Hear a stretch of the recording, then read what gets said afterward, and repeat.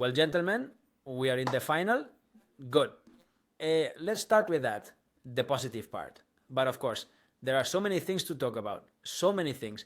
Because you cannot do what Madrid did today very well. Because, and we have had another one of those crazy endings that we will remember. And this team always recovers. And what resilience and what a way to always come back. By the way, we didn't win. We tied. Real scored 4 goals against us, huh? So, I mean, there are so many things. There are many things. But, well, the main thing, so that no one tells me in the comments, don't focus on the bad. The main thing, we are in the final. Very well. I'll also tell you one thing. If Barca catches us the way we are right now, oh my gosh. Because, see, I always end up focusing on the negative. But, oh well. Come on. Let's go to the positives. Wow. An amazing Endrick. An incredible Bellingham. I mean, Bellingham's match was tremendous. For me, the best on the team. Only a crazy person could solve this. That Rüdiger came in, and he could only have the mark of good Antonio. And so, there are little positive things. Hey, Güler, who reminded us of Güler from the Euro Cup with his national team. Of course, with Turkey taking those corners that are half goals, it's true that Rüdiger finishes quite well, without a mark. And it's a big mistake there by Real Sociedad in defense. By the way, Real has scored very few goals at the Bernabeu this year. Just 4. See? I always focus on the negative side. It's just that, of course, there was a moment of such desperation that I imagine you all have also had of. Of course, it's just that this Madrid, in the same match, you get the feeling that they're dozing off. That is not their thing. That is shameful. That there's no blood running through their veins. And then the complete opposite, when they make these comebacks, right? And then, of course, you're left with that feeling of, wow, guys, until the end, and look, and always and such. But of course, remember, when Real scored the second, the third, seriously, what kind of joke is this? I don't know where to start because it's been total chaos, but okay. I liked Real Madrid starts in both first halves. You see how there's never a pattern? I mean, this year, we have seen Madrid concede goals in the first halves at the start of matches where you begin there kind of foggy. In the second halves too, and however, this time no, because on this occasion there was a very clear, the one by Endrick, the bicycle kick in the first half, another by Vini, right? That's a great save by Ramiro. And in the second half we had the almost Olympic goal by Rodrigo and another one by Endrick. And you say, well, look, they've started to engage in both halves, but of course then each match is like a movie, obviously different from another. And in Madrid, you don't know what you will find. You just don't know because we've had everything. Well, Baronesa's goal, what a coincidence.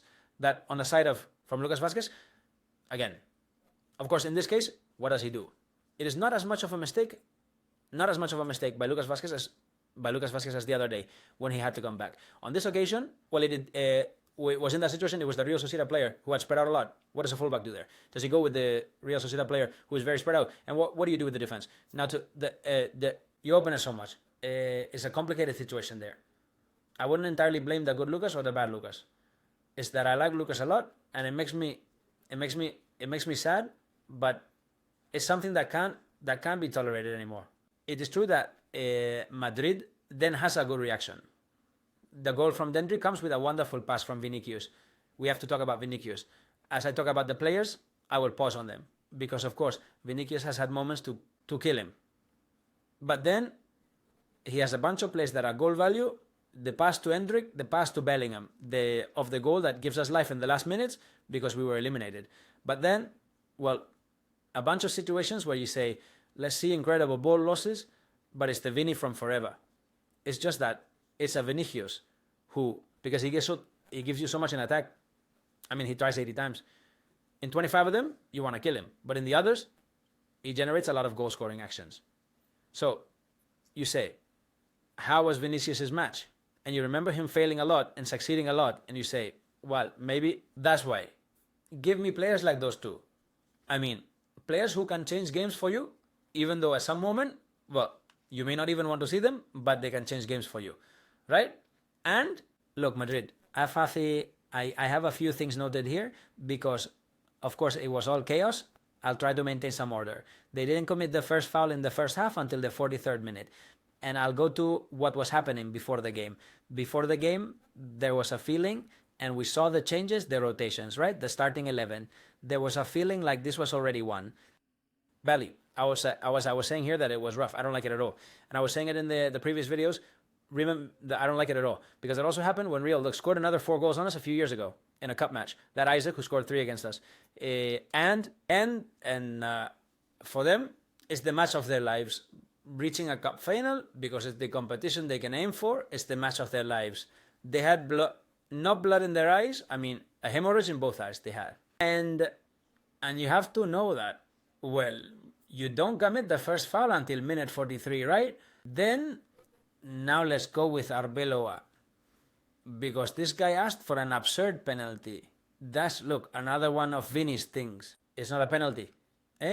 What happens to Cubo there on the edge? Already inside the area and such, at the end of the first half. But you say, come on, Cervini, how do you even think of trying to grab a player there? He doesn't grab him to cause a foul inside the area, and therefore, penalty. Alberola. Cuts off a counter by Bellingham, by the way. No. The time had already been up. Yeah, the counter was already set up. And now I'll go with a bit more of Alberola. Well, come on already, because I had already talked about what happened at the start of the second half. Let's see the slap to Jude Bellingham.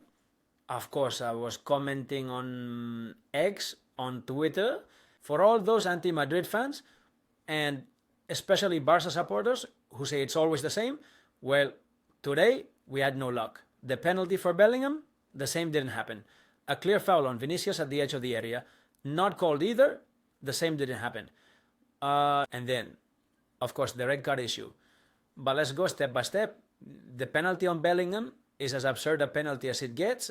It's an action that is called, do you remember that one with Szczęsny and Messi in the World Cup? The same. He's already shot, the ball is far away.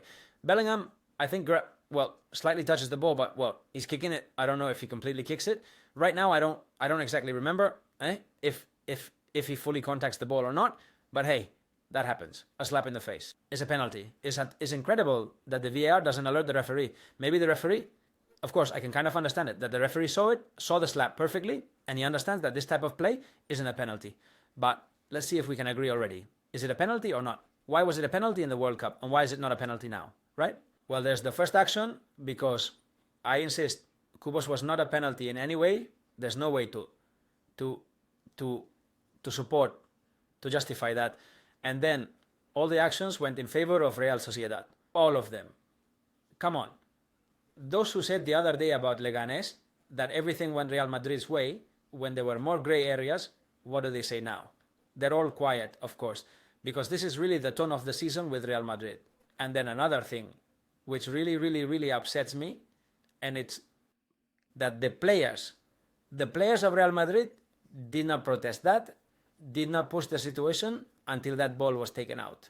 That they had to go to VAR, practically forcing the referee to go to VAR, like they did with the famous stomp, which never was, by Tchouaméni on Samulino in the derby. The guy stayed on the ground the whole time to see if the referee would go to VAR, and in the end, he did. Well, the same here. Well, Bellingham stayed on the ground, but nothing, as if he heard nothing. Anyway, it's that lack of that also happened in the red card that was never shown to that Espanyol player in the match at Cornella. That and the team lacks street smarts in that. It lacks street smarts. Well, nothing. We didn't protest. The foul that Vini didn't call, and then the extra time, the red card that Ana Sagasti didn't give for the big tackle on Vini, is true. There's no stars against knee, but still. But that's almost anecdotal, circumstantial, because it could have been he puts his foot at knee height. Where's that kid going with the ball already 2 meters away? Something that Vinny had taken. Where's he going? That's a textbook red card. Hey, so, and that's what happens with this guy.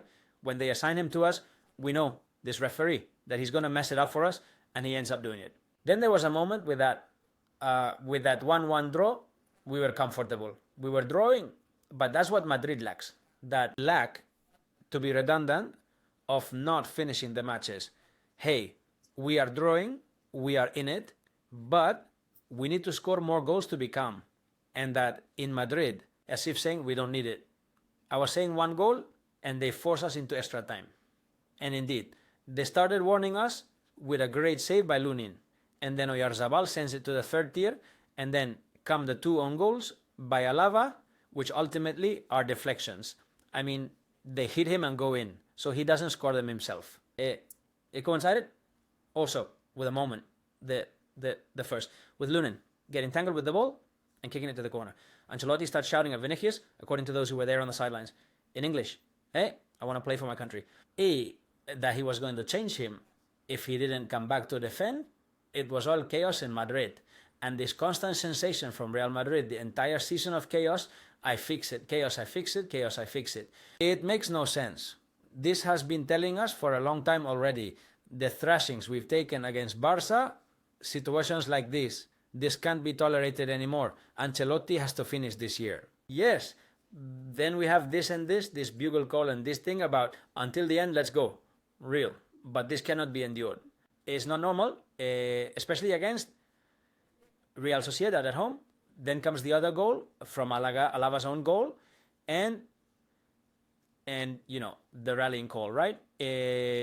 Vinicius' run, Jude Bellingham's goal, and you end up tying the match. And then about Tchouaméni, the header, the first goal that Tchouaméni scores this season, he scores precisely today. We thought, very, very happy. But another screw up. I was commenting in the group, in the chat on Telegram, with the subscribers of the website. I was saying there's still a circus act before the end of the match. And indeed, Oyarzábal's goal, who practically finishes alone and takes us to overtime. And well, then what we know with that goal from Rüdiger and overtime, where the team was reasonably good and more composed than Real. They all seemed to very tired, especially Bellingham, who put in an incredible amount of effort. And that he is a complete and wonderful football player, and